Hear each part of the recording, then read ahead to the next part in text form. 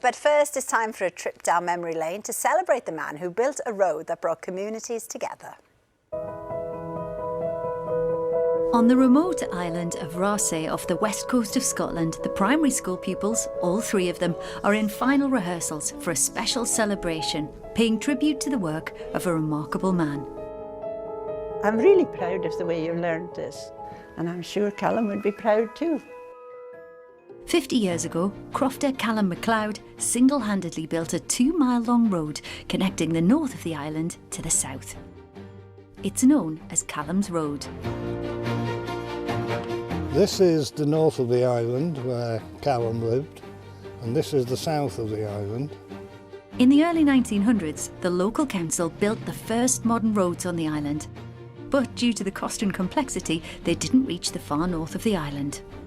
This is where the road was built by Inverness County Council up the spine of the island, but they stopped it. And 2 miles north of there, where they built no road at all, more than 100 people lived up here. They saw not having a road as a symbol of abandonment. So Calum decided he would prove that one elderly crofter could build it. Armed with just a pickaxe, a shovel and a wheelbarrow, Calum went to work on the road. And in 1973, his endeavours caught the eye of the BBC. I'll get it right through to my croft. Will there be a ceremony when you ride along it? Oh, well, very likely. I'll be running back and forth with the Land Rover the first couple of days non-stop. Calum did all this while working as a postman, a lighthouse keeper and tending to his croft. He was a very special man and very determined. He took on the back-breaking work for the love of his daughter, Julie, who was 14 when he began. Up until going to high school, it was quite idyllic. But after that, changed forever. There was no high school on Raasay, so Julie and other local children were sent to Portree on neighbouring Skye.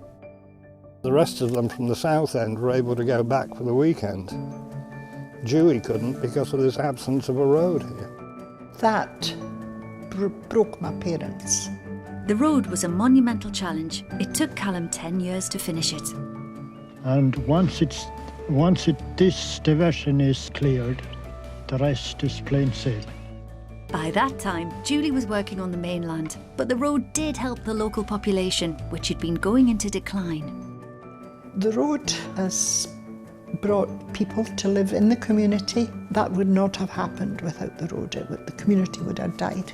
One of the newer arrivals is Lisa Loveday, who moved here from Leicestershire in 2021. We live here totally off-grid.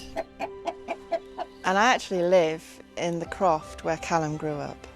I have lots of people come to see me now to look at Calum's house because he was an extraordinary man. There's only one primary school left. Any children going there from the north end of the island can travel back and forth because of the road. He kept that community alive. 50 years on, the north of Raasay is thriving, attracting visitors from all over the world, and the islanders are celebrating Calum's astonishing achievement. Calum has done something huge for our island, and we want to remember him. And, as he might have wanted, the school children are at the centre of the celebration.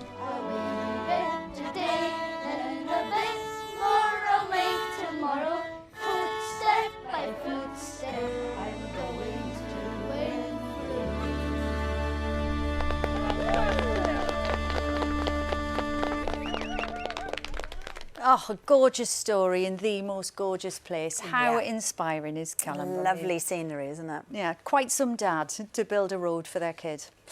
Right then, it is time to chat theatre now.